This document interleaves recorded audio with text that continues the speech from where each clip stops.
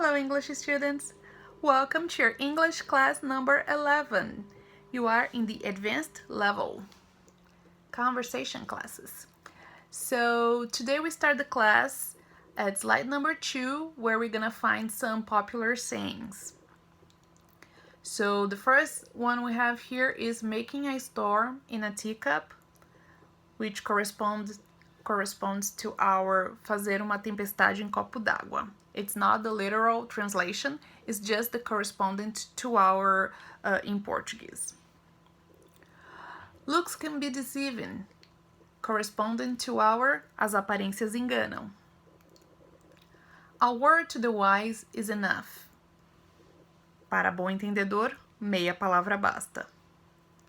And the last one is the early bird catches the worm, corresponding to our Deus ajuda a quem cedo madruga. Alright, so next slide, we're gonna start to read about a man who was very important for the hospitality industry. His name is Conrad Hilton. He was the one who created the Hilton hotels. He was the father of hospitality. So now we're gonna talk about him a little bit. All right. Conrad Hilton was born on December 25th, 1887 in San Antonio, New Mexico. After fighting the World War I, Hilton bought the Mobley Hotel in Cisco, Texas, and grew it into a hotel empire. He formed the Hilton Hotels Corporation in 1946 and was one of the first American companies to expand their operations outside of the US.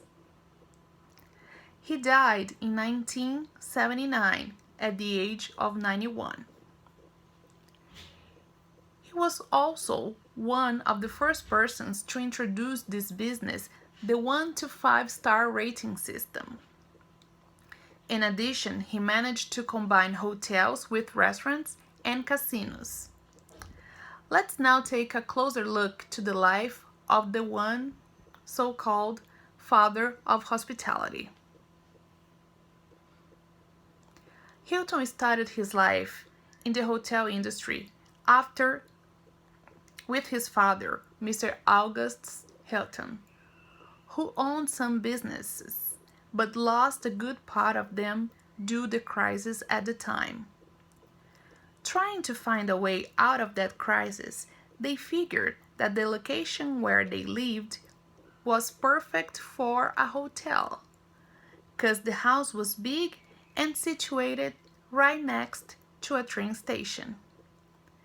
They pursued this idea and soon opened the first Hilton Hotel, converting their home into a 10-room hotel. All right. Slide number 4. Later in his life, already as an adult, he becomes a banker and goes to Texas, meaning to buy a bank. He buys his first hotel instead, the 40-room Mobley Hotel in Cisco, Texas in 1919, when a bank purchase fell through. So that must be destiny, right? Must be fate. He was there to buy a hotel. The business didn't work for a reason, and he ended up buying a hotel. He was supposed to buy a bank, and he bought a hotel. The hotel did such brisk business that rooms changed hands as often as 3 times a day. So imagine a hotel that has a room that 3 people at the same day stay there. So people get in and get out, another person get in and get out, and then another person get in and get out. So this is very, very crazy and insane. And the dining room was converted into additional rooms to meet the demand. So they have like great demand, many people trying to stay at the hotel. So they had to do it. They had to expand the hotel. He went on to buy and build hotels throughout Texas. The first hotel outside Texas that Hilton built was in 1939 in Albuquerque, New Mexico. Today it is known as the Hotel Andalus. During the Great Depression, Hilton was nearly forced into bankruptcy and lost several of his hotels. Nevertheless, he was retained as manager of a combined chain and eventually regained control of his remaining 8 hotels. Over the next decade, he expanded west to California and east to Chicago and New York, crowning his expansions with such acquisitions as the Stevens Hotel in Chicago, the world's largest hotel at the time, so he bought the biggest hotel there was in the world. Then remained as Conrad Hilton and the fabled, super famous Waldorf Astoria in New York. During the 1950s and 1960s, Hilton Hotels' worldwide expansion facilitated both American tourism and overseas business by American corporations. It was the world's first international hotel chain.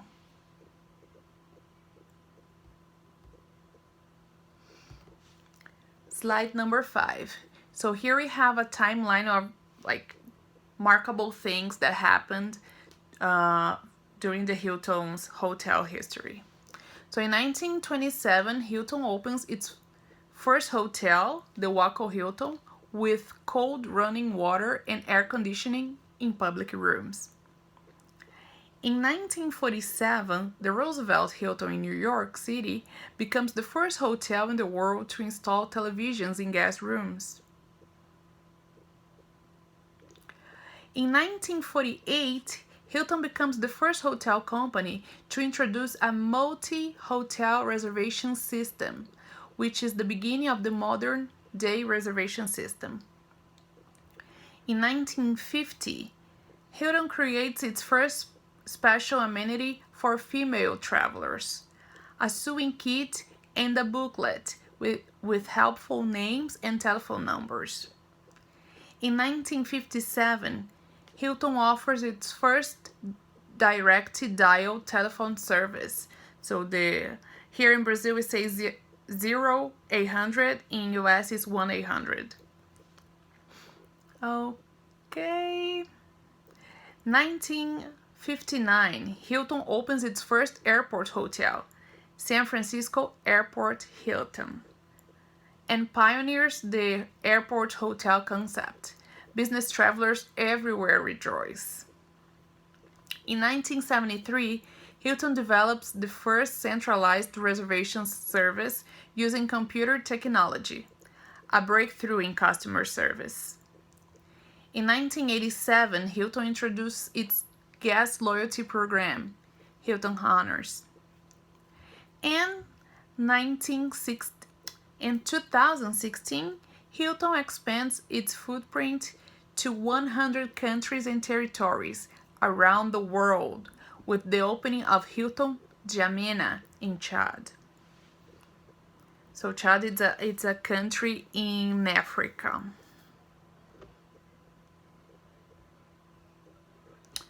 Slide number 6. Hilton's autobiography, Be My Guest, was published in 1958 by Prentice Hall. In 1966, Hilton was succeeded as president by his son Baron and was elected chairman of the board.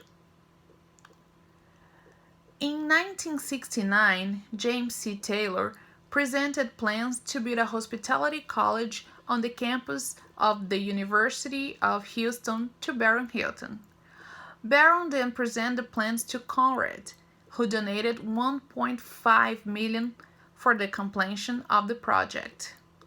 The Hilton College of Hotel and Restaurant Management opened to students in September 1969. Conrad Hilton died in January 3, 1979, at St. John's Hospital in Santa Monica, California. He has been remembered as a giant in hotel businesses and for his lasting impact on his hospitality industry. He was married three times, had 5 children, and he is the great-grandfather of the TV personality Paris Hilton. You'll find Hilton Hotels references in a number of movies such as Up in the Air, Go With It, and more. So here goes a Conrad Hilton quote. To achieve big things, you have to have big dreams. So he was a dreamer and he managed to achieve all his dreams. Alright, so slide number 7 we find a vocabulary for the text. And slide number 8 we have a vocabulary for the video. So there's a video about his life with some more details. And you have the hardest words from this video here translated for you. Alright, so that's it. I'll see you in the live class. Bye bye.